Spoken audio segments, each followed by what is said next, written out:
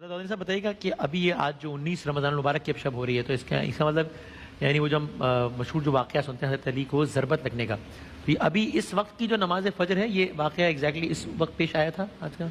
بسم اللہ الرحمن الرحیم. جی ہاں بالکل، اس شب کو شب ضربت کہتے ہیں. اور پھر جب صبح کی نماز تھی فجر کی نماز، جس کے لیے امیر المومنین جناب ام کلثوم کے گھر سے کوفہ میں امیر المومنین نے یہ دستور بنایا ہوا تھا مولا علی نے کہ 40 ہجری کا جو ماہ رمضان تھا اپنے تمام بچوں میں تقسیم کر دیا تھا ماہ رمضان کہ ہر شام ایک بیٹے یا بیٹی کے گھر پر افطار کیا کرتے تھے.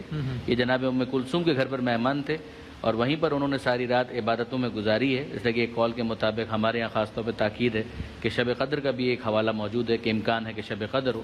اور ویسے بھی ماہ رمضان میں اور ماہ رمضان سے ہٹ کر بھی مولا کا تو طریقہ کار عبادت کا تھا ہی.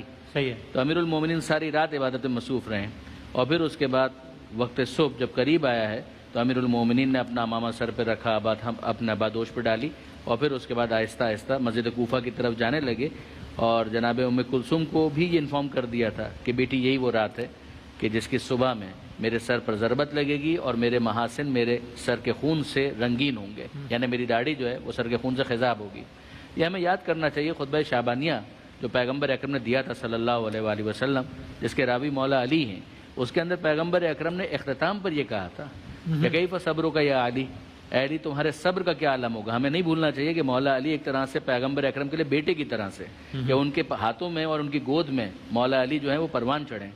تو مولا سے یہ کہا تھا کہ کیف صبرک یا علی، اے علی تمہارے صبر کا کیا عالم ہوگا جب ایسا ہی ایک ماہ رمضان ہوگا کہ جس میں تمہارے سر کے خون سے تمہاری داڑھی کو رنگین کیا جائے گا، بدترین شقی ترین شخص تمہارے سر پر ضربت لگائے گا. اس موقع پر مولا نے جو جملہ کہا تھا وہ یاد رکھنے کے قابل ہے. مولا نے فرمایا تھا کہ اللہ کے رسول مجھے صرف اتنا بتا دیجیے ذالک فی سلامت من دینی، میرے دین کی سلامتی کے ساتھ ہوگا. پیغمبر اکرم نے فرمایا صلی اللہ علیہ وآلہ وسلم کیا شک، یقیناً تمہارے دین کی سلامتی کے ساتھ ہوگا. جس پر مولا نے یہ جملہ کہا تھا اذن لیس من مواقع صبر، پھر اللہ کے رسول یہ صبر کا موقع تو نہیں ہوگا بلکہ یہ تو شکر کا موقع ہوگا. تو یہ آج کے